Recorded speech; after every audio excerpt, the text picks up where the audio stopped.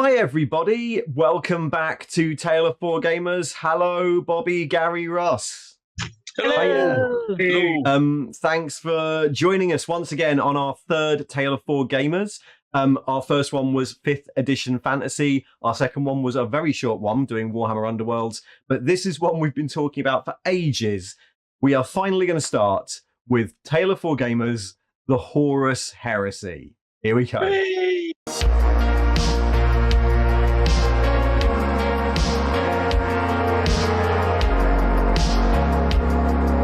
Yes, we are back. Thank you for joining us once again. And you're going to have much more opportunity to join us compared to usual.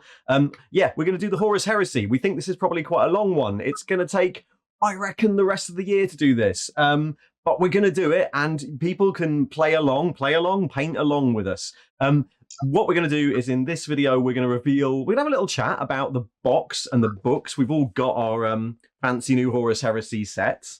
And we're going to then have a little chat about what we think of those. We're going to reveal what 4 armies we're doing. And then we're going to, I guess, talk about how this will unfold over the next 6 months. So is everyone has picked their armies. I think everyone picked their armies ages ago, right? Yeah. Yeah. Great. Well, the other thing we should probably talk about before we start is that one of the things we're planning to do with this is something that people have asked for a bit and we've been teasing a bit. We're still not completely sure what the best way to do it is, but we're fully intending to have first guests on. So maybe every month we'll bring either a friend on or someone else on, maybe a content creator if any of them are interested, and just see how they're doing, what they're building, get a little view into someone else's build.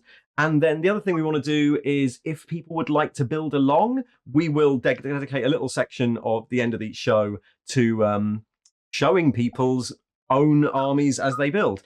We think we'll run this through the Patreon, and we'll probably, like we do with the book club, we'll submit a post asking for entries just before, but all that's come later. For now, if you want to join in or you just need a little bit of a kick to get building, the intention here is that by Christmas-ish, we will all have some playable force, probably 2,000 points-ish. I think that's what we're thinking, isn't it? Yeah, that's like the that's minimum full-size game. That's the intention. By Christmas, we're all going to do it. Even Russ, which is incredible when you hear what he's about to reveal.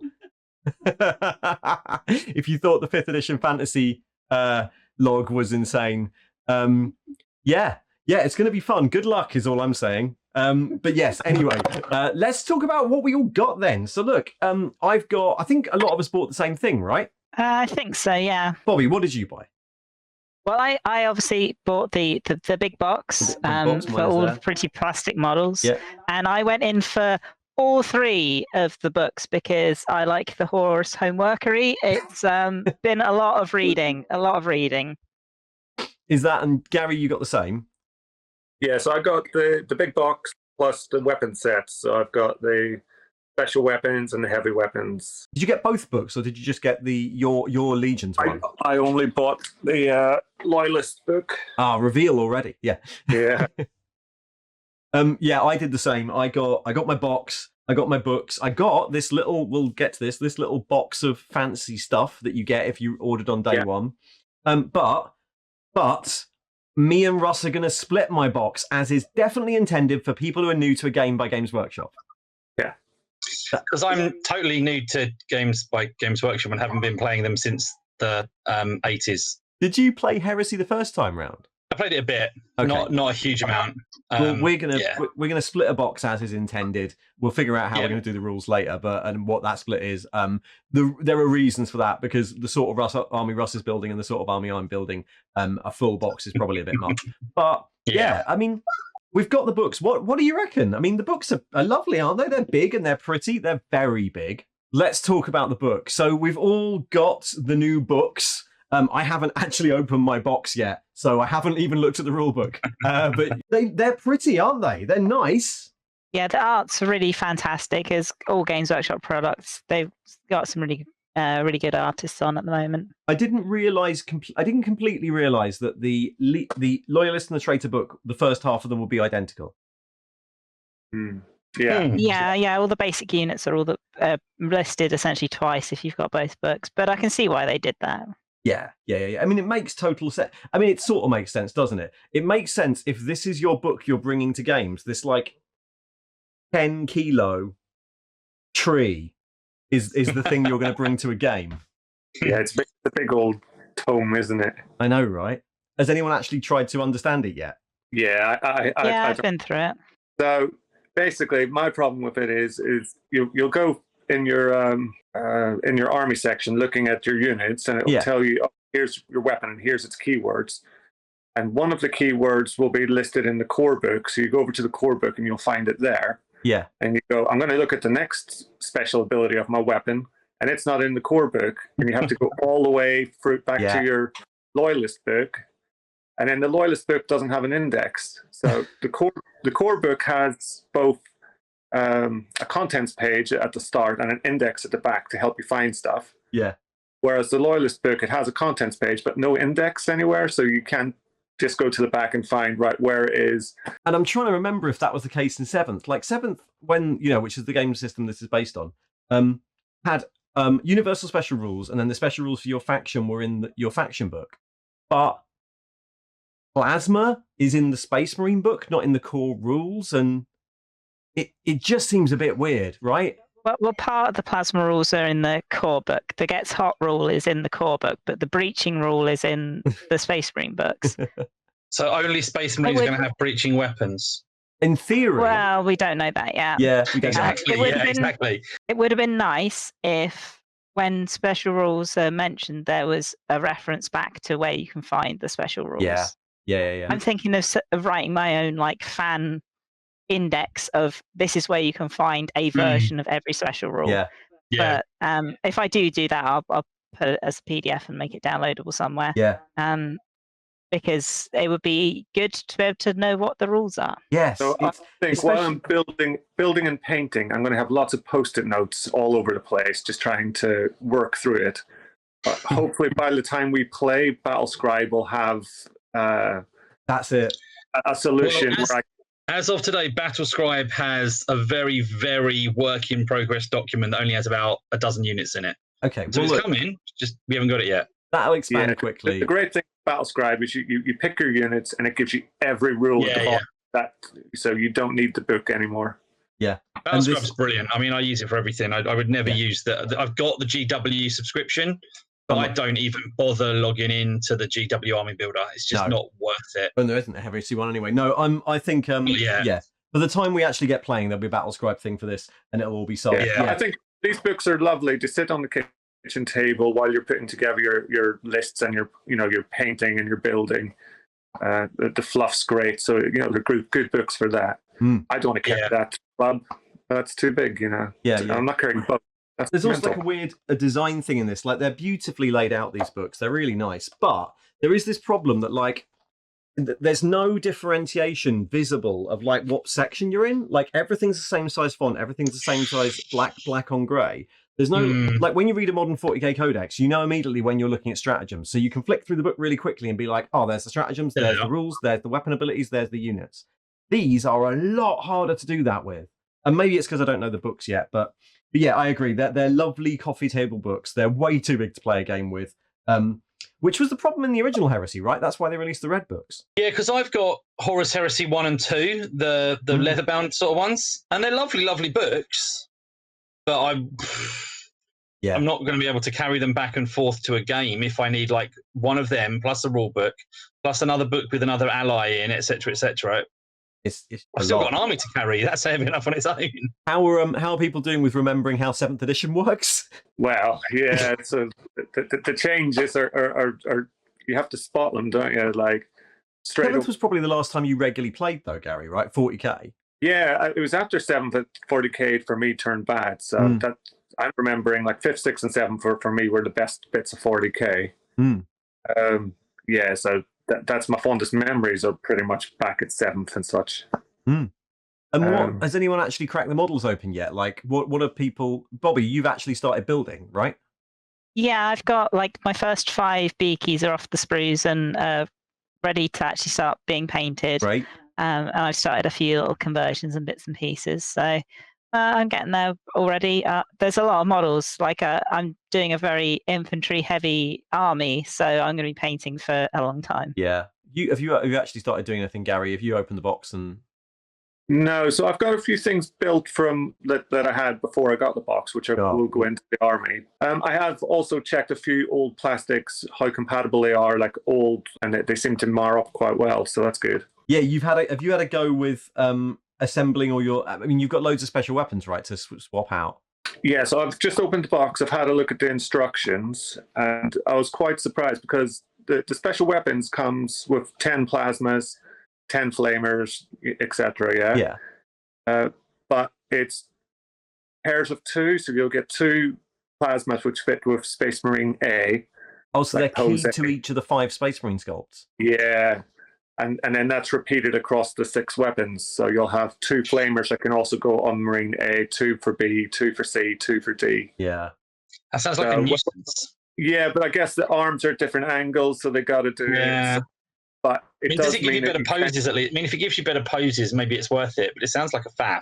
Well, the difference being when it came to that, so that's special weapons.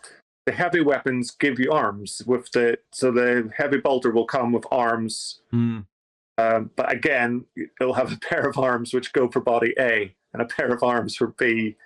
Not doing it. Separate arms. No, not doing it. The way I'm going to make good sculpts is by all the bits are going to get taken off, put in a big box, shaken up, and whichever one comes out first is going on the Marine. I think that's a mistake. I think you've got to go one at a time. I'm currently making Space Marine A, and he's getting a tombola of bits paired off keyed R.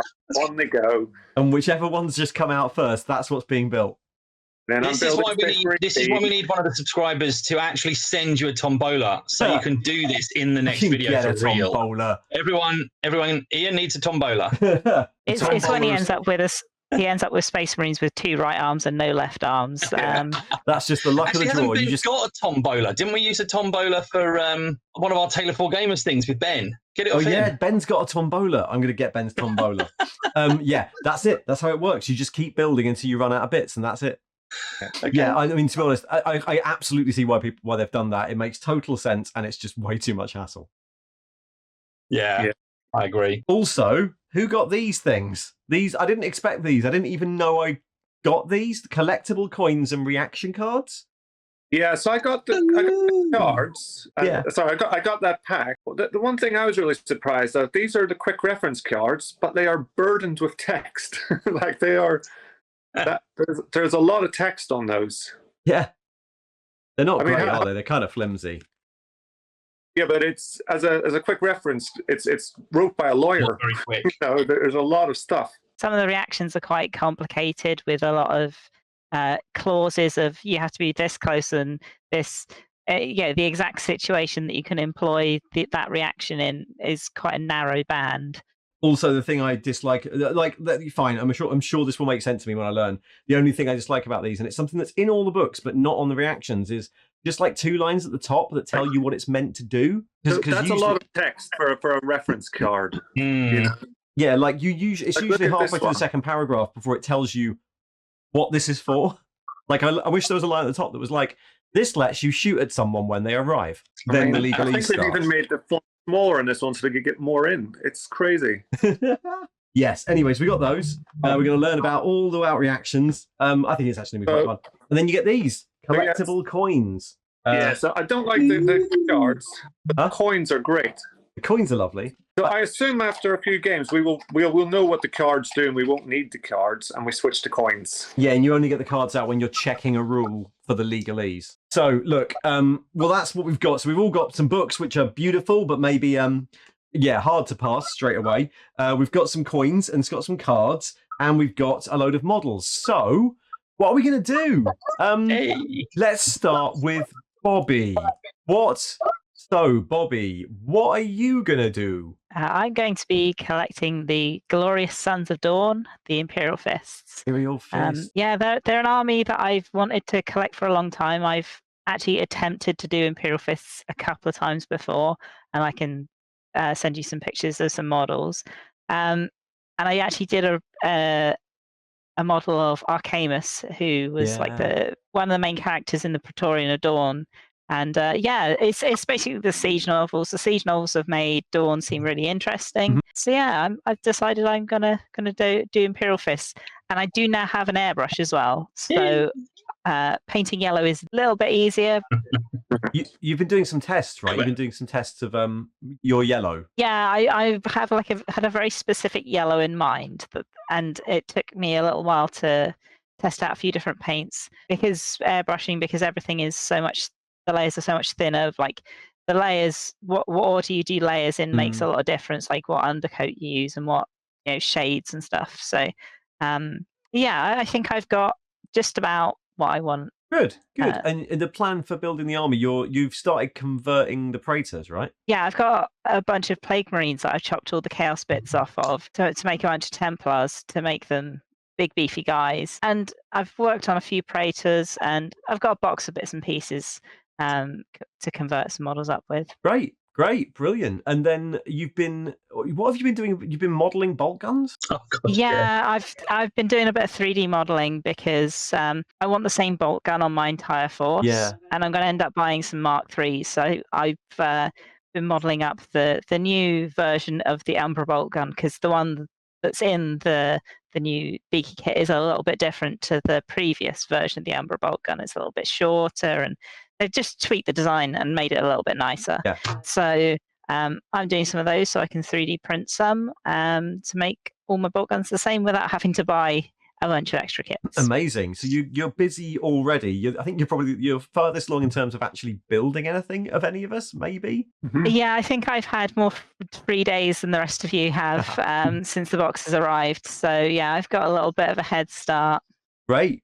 And so, so we're one down. We've got one Imperial Fists, one Loyalist Imperial Fists. I assume Loyalist. Yes, yeah. There's no such thing as traitors and Imperial Fists. Any reports to the contrary are total lies. Great. Well, we've got one Imperial Fist. So, next up, Gary, what are you planning to do? Yeah, so I'm building Space Wolves. Space Wolves. And why Space Wolves? Right, so I already had an army, which I started. I bought 2 of the Stormclaw boxes, which came with Terminators and loads of tacticals. I started building them, and then they all fell apart. Yeah, so I was using Games Workshop's plastic glue, like official product, to do it. But it just seemed to be like, I don't know, icing or something. Like it was like sugar. They were all great. They were all posed great. And then when I brought them out to start painting them, the bodies were just falling off. The arms were falling off. It was a disaster. And I just put them back in the box. I shook it and had another look, and they were all over the place. I was like, no, I'm not fixing this today. And then they went on the shelf, and years later, it's now going to be a bits box for this army. Right. You should have marched into your GW store and demanded that one of the store guys fix it all for you. I don't know what I'd be asking for, because what are they going to say? Here's some glue. Because everything was still, and it means scraping off the old glue to clean it up. No. Yeah. It's a bit old. Do you want to build the same army twice? So you've got a big box of bits, and you've got a few other models already. Yeah, so I saw some Demios rhinos being sold on the Hate Club buy and sell page, so I grabbed them because they were going cheap. And then I grabbed a Command Rhino, and then I forgot that I did that, and I grabbed another one. So I've got 5 Demios rhinos and 2 Command kits if I want to put that on top. I'll probably magnetize it if it goes on. But yeah, it was a silly thing. It was one of those things where I bought it, put it aside, going, that'll be great for the Horus Heresy when it starts. And then we all went to Warhammer World, and I picked another one off the shelf going, I love this kit, I want one. And I also grabbed two land speeders as well with the Mark 6. So at Warhammer World, they've got an exclusive land speeder with Mark 6 beakies, and I thought, that'll be great. So got some of those as well. Great. So you've actually got quite a lot already sitting there to add to, which basically gives you a ton of transport vehicles and a load of infantry, right? Because presumably when you fold in some of those Space Wolf bits, you'll end up with like 10, 20 more legs and bodies and arms. Yeah, I expect I'm going to end up with 50, 60 guys on foot. So hopefully it'll be all mechanized. It comes with loads of Terminators. I've got loads of Space Wolf Terminator bits, which I'll try and get as much of them in as pelts and cloaks. I'll have the 10 Terminators, lots of transports. It should be easily, I think, in the 1500s already. Then you add all your speeders and things. I think I'm flying. Yeah, and a couple of characters. Why don't you put a couple of characters in there? Yeah, also, the other thing which I've got is scouts. I was building scouts. Yeah. Because in 40k, the way the Space Wolves do it is tacticals get bored of being tacticals when they get older and they start taking their armor off and become these sort of long fang scouts veterans, don't they? So I had already modelled up about 20 of those, which are now falling apart and need reassembling. And there are news. There's this thing that's happened. I think they've separated out a load of the squads, so you can actually take scout squads now in your Horus Heresy armies, which they used to just be the recon squad, but you could give them scout armor. Yeah, so it's its own unit in the book now. So and it's quite cheap, 65 points for 10, I think. Right. So yeah. Well, you do need a lot of disposable bodies. Play Heresy. Well, yeah. Also, I think Space Wolf are famous for being infantry heavy, aren't they? So yeah. All their stuff's around like basically infantry running forward. Brilliant. Yes. Okay, so we've got Imperial Fists, Legion 8, Space Wolves, Legion 7, and Space Wolves, Legion 6. Russ, tell us about what you're going to do. So, so what I want to do is, there's in the Rogue Trader rulebook, the original rulebook, there's 2 Marines sitting around in a bar, dressed in like multicolored armor, and they're labeled as Space Marine Renegades. Yes, yeah, really famous image that I'll definitely put up now. Yeah, so I'm gonna try and do that, and those 2 will be the sergeants of a couple of squads, and their squads will look a bit like them, but mix the color schemes up a bit, or at least that's the plan. And in order to do that, my plan was to use black shields. Yes, and, which is then Marines I noticed that there's no rules for black shields. Yeah. So yeah, that put a bit of a stymie on some of it. So my plan at the moment is to probably hope that we get black shield rules before I need them. And in the meantime, sort of plan around the possibility of maybe doing stripy guys, Iron Warriors. Yep. With an allied detachment of scary guys, Night Lords, and sort of mix up their armor sections. So they might have like a bit of like paint from one, a bit of paint from another. Yeah. Random guys in the Iron Warrior squad who blatantly aren't Iron Warriors who aren't just silver and yellow and black anymore. They've got like different color hazard stripes and painted some other bits. So like they look like they'll probably pass as Iron Warriors, but obviously aren't in the main body of the army, etc., etc. Yeah, they discover color. Yeah, so I'm hoping for the Black Shield rules, but in the meantime, I think I'm going to go with Iron Warriors and Night Lords. And that makes sense because your army, you're not sure completely, but the army's robot themed? So that's the other thing, yeah. So I've got the Pravian. Yes. And he's going to be leading, to start with, I'm going to have a Castellax with him as his buddy robot that he has to take, or I think can or has to take, I'm not sure. Right. So in the long run, my plan is for a fully legal army with one detachment would be, a few Marines with a lot of Castellax and Vorax. Right. And they are going to be painted in the style of the Imperial robots from White Dwarf 104, which I believe was 1988. Which is, again, suitably insane for a colour scheme. Like, making my life as difficult as humanly possible. Yeah. But they should look kind of like almost like a Harlequin army eventually, but just not Eldar. Yeah. And I've always wanted to paint a Harlequin army. I've got absolutely loads of them, just never painted any of them. And to be fair, it's going to be easier to paint those sort of things on great big robots than it is on tiny little elves. Yeah. And I'm not going to go over the top. I mean, obviously the sergeants will I'll try and match the Rogue Trader color scheme, but their squads will just vaguely color match them with less fancy bits. Otherwise, I'm just going to drive myself insane. Yeah, that makes sense. And also, I mean, with enough robots and things like that in the army, you'll probably not need that many of them.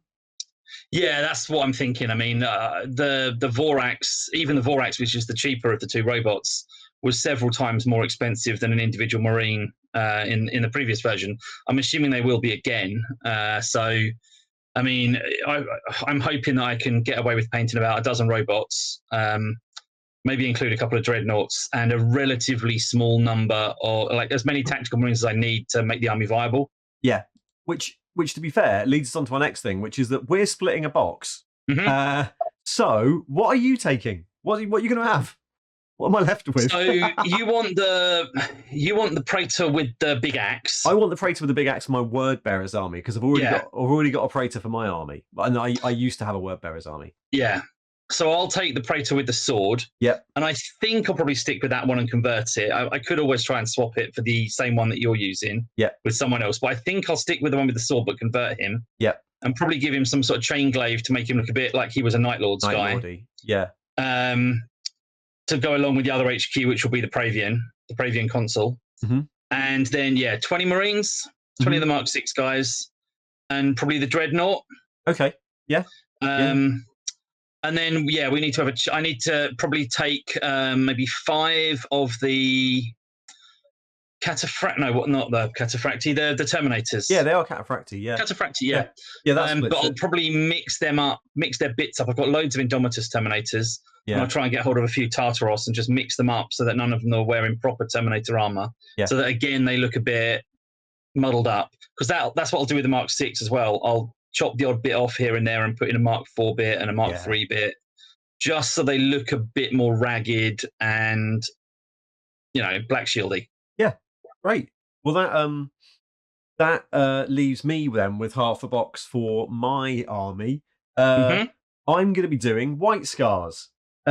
Which I've been meaning to do for ages, really. I used to have a White Scars army years and years and years ago. I've still got some of your White Scars army in the loft. Yeah. Gary, we played loads of games with your old Nurgle versus my White Scars, and they were like a standard, mid-2000s White Scar army, Marine army. In the end, I got rid of them, but I kept all the little White Scar bits, all the old metal bike riders and things, and a load of spare parts. And over the years, I've collected third-party heads and shields and weapons and all this sort of stuff. And I bought, when Heresy 1 was happening, I was going to do a whole army. So I bought a load of scimitar jet bikes, and I bought a Xiphon, which is the fighter plane, and a couple of javelins. And I've got the White Scars leader and loads of bits and whatever. And then basically 8th edition came out and Heresy sort of stopped being played quite a lot around where I was. So I never did it. It's just sat in a box since. So I've kind of already got most of an army. Certainly the vehicle-y bits and some of the characters. So really, I'm going to do White Scars. They're going to be mostly jet bikey, as you'd expect for the White Scars army, and mostly flying. I think I'll use Chagorian Brotherhood, which is their Rite of War. The catch I'm going to do, the things to make the army interesting, I've got a video that I did, ideas for how to make your Heresy army a bit more unique. My idea for it was that my White Scars would be descended from one of the Terran pioneer companies, which is what White Scars used to be, and they will be the Brotherhood of the Void. They were the old specialist Void fighters. So as well as their jet bike contingent, they've also got I want White Scars Breacher squads and White Scars Terminator squads. Maybe you got this fast moving bit backed up by a Spartan full of Terminators and Breachers and things like that. I want, because they're the old guard, or they're at least descended from the old guard. They've got a long history, their Brotherhood. Because of that, I want them all to be carrying as much Volkite as possible. Volkite on the speeders, Volkite on the jet bikes, which is the thing you can do to all the jet bikes now. Volkite, I've got Volkite chargers and calibers for the support squads, and I don't actually need tactical squads because Breachers and jet bikes are troops. What do Volkites do? Volkites are basically a stronger than a bolt gun sort of weapon that has a rule called deflagrate, where when you cause wounds, it's like a Martian ray gun and it zaps to the next guy. So if you cause hits, they cause more hits. Or cause wounds, they cause more wounds. But they like strength 5 weapons for the sort of assault version. I think they were, and then you can get lots of hits off them. Cool. So like electrical weapon that sort of arcs across. Yeah, I think the it's like Mars attacks. They're like ray guns. they're like Martian ray guns. Except from Terra, because they weren't made by Martians. Except they're from Terra. When they had Volkites, they hadn't conquered Mars yet. Is that like cross-fluff contamination or something? Yeah, I think possibly it's argued both ways that they're either Martian or I can't remember, but they're like death rays. But they're like ray guns. There's a different weapon that's like a death ray.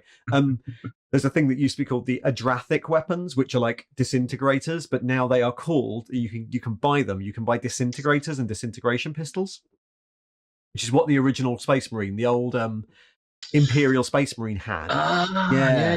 So you can get those for the Heresy now. But anyway.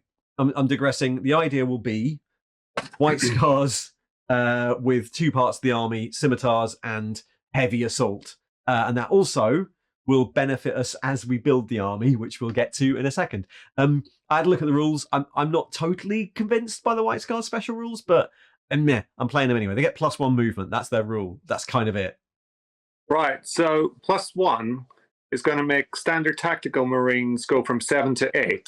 Yeah. Which bumps them up in the charge. There's like a charge table. Yeah. So that will mean that they now get +1 +1 on their charge. So +1 movement and +1 charge. Yeah, agreed. So standard Marine and Terminators, Taros Terminators will all now have better charges. That's quite good. Although, I can see that. I guess I was just hoping for something a bit more fun.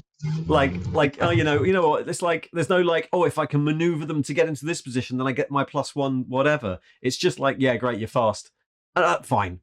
It's all fine. Like if you bring bikes and stuff, they'll already have hit and run. So this just helps you get your charges and then recharges. Yeah. So that's the plan. So there we go. So we've got Space Wolves, White Scars, Imperial Fists, and Black Shields, but maybe Black Shields who are going to start out as Iron Warriors until there's some rules for them. That means does that mean if you're going to be Black Shield Iron Warriors, are you loyalists too? Are all of us loyalists? Well, if you're not following the Emperor, you're not loyalist. I see mine as kind of doing their own thing. Renegades. I see them as renegades rather than heretics. They're like, no, we're not on board with that. Sorry, Horus, we don't feel like that. But we're not going back there and fight with them either. And we're just doing our own thing and heading to Terra for a bit of fun. It means we've got Legions 4, 5, 6, and 7 as well. Yeah. And if you do Night Lord's Allies, that's Legion 8. So we've got 4, 5, 6, 7, and 8 we're doing. Yeah. Brilliant. So how are we going to do this? So I think 6 months, and the intention will be 2,000 points, which smallest viable proper Heresy army. Maybe at some point we'll start playing Zone Mortalis. The rules are out for that, right? Yeah, they're in White Dwarf. Yeah. Got them there, Bobbie? Yeah, I've had a little look through them. There's a lot of extra specific rules for Zone Mortalis, but they seem quite good, and it's for like 500 to 1,000 point forces, and a lot of the like big tanks and stuff you can't take. So it's good for getting your infantry done and having something to play. Yeah, which to be fair, I love Zone Mortalis. It's probably my favourite. Actually, probably my favourite way to play the game over the last few editions. So much fun on either one of the proper Zone Mortalis tables or the caves that. We used to have a club set with foam caves. I think an orc. It was Zone Orctalis. Yeah, I think it was called Zone Orctalis. It was I think it was an orc rock that everyone was fighting over. That a friend of ours built. Also, of course, Zone Mortalis is going to get played a lot more now that everyone's got a Necromunda set. Yeah. Yeah. I need to finish painting mine though. Yeah. You could just play it on the tiles, yeah. Yeah. Like you get the cardboard tiles, that's the most basic way, isn't it? Yeah. So we'll start off maybe as soon as we get something together, we'll play some Mortalis, and then we'll aim to get 2,000 points for the end of the year. How are we going to do? So there's always this thing when you do teleport games, like the classic one, they built a unit each month, but many of us do not paint that way. I certainly don't paint that way. I will be able. I've got some old Heresy armies. I've got an Emperor's Children and a Word Bearer's army, so I can I can play while I do my massive stupid batch paint. But yeah, of course, my plan is all of the entire army will get assembled at once, then the entire army will get sprayed at once, and then the entire army will get airbrushed at once, and so on and so forth. What about you? What about you, Bobbie? I kind of think I'm going to end up a little bit in between. I'm not going to be sort of single figure painting. I'm not going to be doing enormous batches. I'll probably do like smaller batches of troops or vehicles. And that's because you've got the especially airbrush now. Yeah, I think that's going to really change how I paint the army.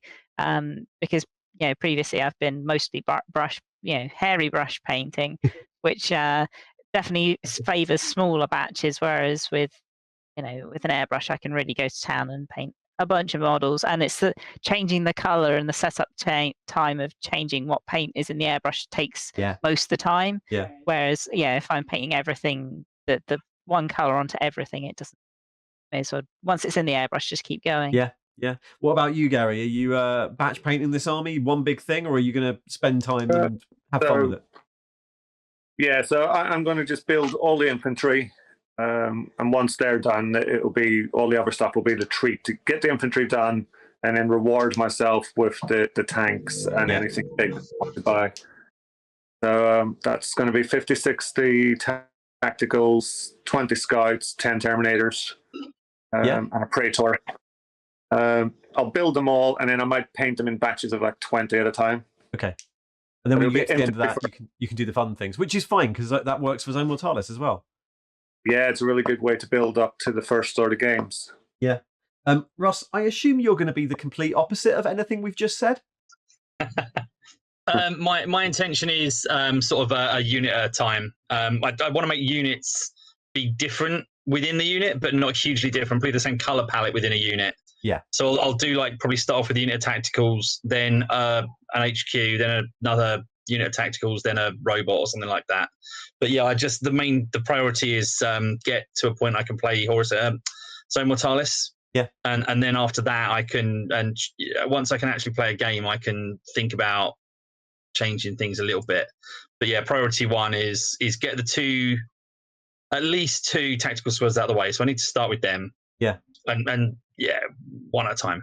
Not one model, but one unit. Brilliant. Well, look, what we'll do is we're going to invite everyone. How are you going to do yours? Is it going to be done in one weekend or? No, I don't think I'll get them done in one weekend. At the moment, I'm way too busy making. The minute I'm way too busy making bloody videos to get them done in one weekend. No, yeah, that's happened in the life of a fucking YouTuber. Yeah, no, I'm gonna do them as a big batch. I really am gonna build the whole army and then spray the whole army. I might separate out vehicles because they're not immediately necessary. And what I might try and do is get them all to a certain level and then just finish them off in smaller amounts. But so much of their paint scheme is airbrushes that it kind of benefit. Like you could get them almost done apart from the, I don't know, jaggedy black details, like with just an airbrush. So yeah, we'll see. I think there'll be a month at the start, which is just get everything up to a certain level, and then let's see what we can get ready for this month's goal. There is a new grey shade coming out, which might be really good for white scars. Well, I've actually one of the things I have is a test scheme, which I tried out on some Underworlds models the other month. Knowing I do this, I wanted to try out a simple white, and it actually worked really, really well. And it only takes about 3 steps. So in terms of how the white happens, I know what I'm doing. Was that the contrast? Was that Apothecary white or? It was no, it's not. It was bone primer, Corax white on top, tiny bit of edging with ceramite white, and then I think a umber wash, and you end up with this like ceramic porcelain-y effect that I used on some Stormcast. And yeah, worked really well. And I was just like, great, it's that simple, and I can do that easily. Yeah. So this week they released those new colors, didn't they? The Citadel range expanded. The monster in my pocket colors. Yeah, they're great. So, but in the new shades, so there's like 6 or 7 new shades, like not contrast paints, but shades, a bit like Agrax and and they've got a white in there. It's called something grey. I can't remember the name. That looks really useful. But it might be good. It might be a case that you can spray white and just slap that on it, and it does it for you. It does it. Yeah, maybe. We should say, however we are doing this, that of course, as we mentioned at the start of the episode, you are welcome to join in. So if you want a bit of encouragement and a bit of, a group doing this at the same time, obviously we're going to be posting progress on our Instagram feeds and on our Twitter feeds. But we'll also feature people's progress photos every month. We're going to limit that to Patreon just because it's a good way of limiting numbers and keeping everyone in one place. Otherwise, we're getting loads of emails. And it's a nice thing for people who join into the Patreon, which is very, very cheap. So it's fine. What we'll do is at the end of each month, we'll put up a little question going, post your progress. And we'll then chat about it and see if we can follow some people along over the next 6 months. So hopefully it'll just be a nice way of people getting involved and getting a bit of encouragement to actually build this army. The intention, of course, like every other Tale of Four gamers, I assume this is the intention, isn't it, everyone, that we're going to do some sort of event at Warhammer World. It's so good to have an event at Warhammer World to look forward to. It's because it's just somewhere special to go and do it and actually make a big thing out of it, rather than it's nice to play the games at the local club, but it's lovely to go to Warhammer World. And it was so nice last time when we did Underworlds, like meeting up. The first one we did, Tale of Four Gamers 5th edition, was started because it was a group of existing friends who regularly did campaigns together and wanted to do an old army, and we started doing it in lockdown. Underworlds was lovely because people joined in, and then when we did the event, there were way more than just the 4 of us, and everyone was coming. It became part of a larger event, and we met lots of people who have been following along.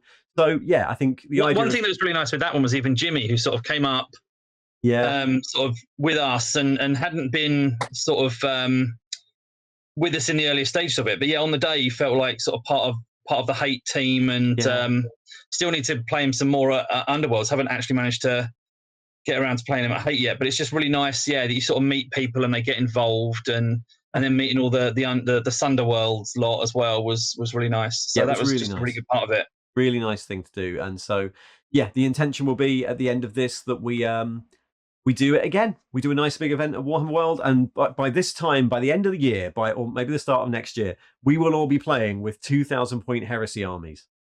Skilled Heresy players will know what all the words in this book mean. Yeah, I think when it comes to progress as we go, I'm going to tag everything with Tale of Four Heresy Gamers this time. That's a good idea.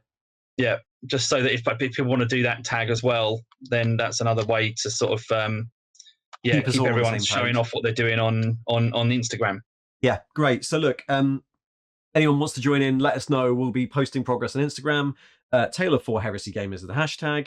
If you want your photos on here, have a look at the Patreon, send in things. And we will be back then in a month with some hobby progress. Everyone ready? Yeah. It's all suddenly very real, isn't it? Loads of progress, loads.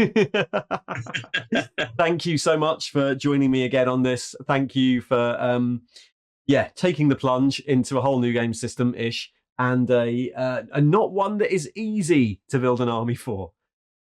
Not in the least. No. So I'm sure it'll be loads of fun, though. Anyway, thanks for watching. We've said everything 3 times now, so we'll just say goodbye.